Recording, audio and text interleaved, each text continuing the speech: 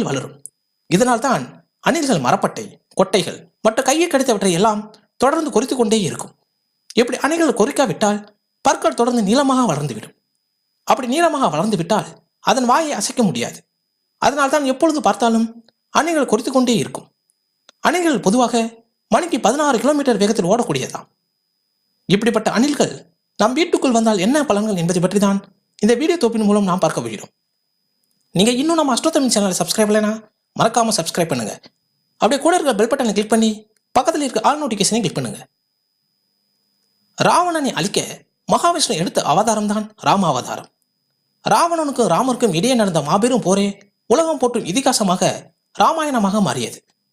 ராமர் சர்வ வல்லமையும் பொருந்திய அரசனாகவும் வீரனாகவும் இருந்தாலும் சீதையை மீட்பதற்கு அவருக்கு பலரின் உதவி தேவைப்பட்டது.